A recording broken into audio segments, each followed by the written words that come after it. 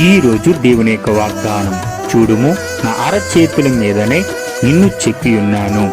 యెషయా ప్రవచన గ్రంథం 49వ అధ్యాయము 16వ వచనము. ఉదయకాల సమయంలో దేవునికి ప్రార్థన చేస్తున్నావా? దేవుని వాక్యాన్ని చదువుతున్నావా? దేవుడు దీవించి దేవుడు నిన్ను ఆస్వాదించబడును గాక. వాగ్దానం చేసిన దేవుడు నమ్మదగిన దేవాది దేవుడు. నేను నిన్ను మరవను, చూడుము నా అరచేతుల మీదనే నిన్ను చెక్కి ఉన్నాను. దేవుడు చక్కనైన వాగ్దానం నీ కొరకు దేవుడు చేస్తున్నాడు. నీ కన్నీటిని దేవుడు ఎరిగి ఉన్నాడు.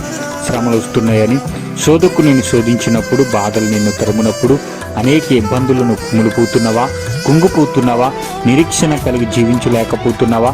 నీ సమస్యలు బట్టి నీ హృదయం గాయముతో ఉందా? ఆర్థిక సమస్యలో కుమిలిపోతున్నావా?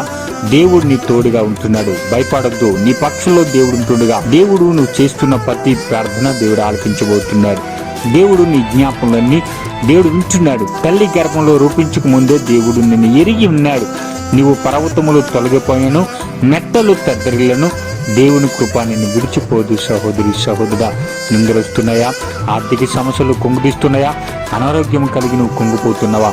ఇటువంటి అనారోగ్యములో ఉంటున్నావో యేసు క్రీస్తు నామములో విడుదల కలుగునుగాక. దేవుడు నీ తోడుగా ఉంటున్నాడు, నీ పక్షులో ఉంటున్నాడు. నీ అనారోగ్యాన్ని దేవుడు స్వస్థపరచబోతున్నాడు. పరిశుద్ధాత్మ దేవుడు నీ గృహంలో కమ్ముకున్నప్పుడు శాంతి సమాధానం నీ గృహానికి దయచేయబడునుగాక. ఈరోజు శాంతి లేక, సమాధానం లేక, నెమ్మది లేక నువ్వు బ్రతుకుతున్నావా? వాగ్దానం ఉంటుండగా నీ అనారోగ్యాన్ని యేసు నామములో విడుదల కలుగునుగాక. ప్రతి అపవాది బంధకంలో ఉంటున్నావా? నిన్ను లేవనెత్తిన వారు లేరు, ఓదార్చిన వారు లేక నువ్వు భయపడుతున్నావా? దిగులు పడుతున్నావా? కుంగిపోతున్న వారిని దేవుడు లేవనెత్తబోతున్నాడు. నా భర్త మార్పు చెందలేదని, నా భార్య ఇంకా మార్పు చెందలేదని వేదన పాలవుతున్నావా? నీ కుమారుడి విషయంలో, నువ్వు కుమార్తె విషయంలో కలత చెందుతున్నావా?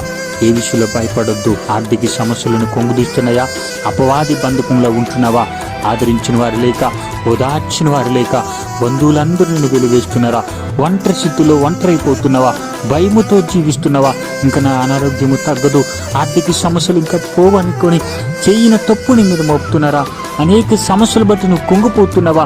ఇంకా అపవాది బంధకంలో ఉంటున్నాను, ఇంకా నన్ను రక్షించిన వారు లేరు, ఓదార్చిన వారు లేరు, నాకు శాంతి లేదు, సమాధానం లేదు. దేవుడు అరచేతులు నేను చెక్కి ఉన్నాడు. తల్లి విడిచిన, తండ్రి విడిచిన, విడవుడు ఎడబాయిన దేవుడు నీ పక్షంలో ఉంటున్నాడు. నేను కొనొకడు నిద్రపోని దేవుడు గనుక నీ పక్షంలో దేవుడు ఉంటున్నాడు. సహోదరి సహోదరుడా, నీకు విరోధముగా రూపించబడిన ఏ ఆయుధము వద్దలదు. ఈ వాగ్దానం వింటున్న ప్రతి ఒక్క కుటుంబాన్ని దేవుడు దీవించి ఆస్వాదించబడునుగాక. ఆమేన్.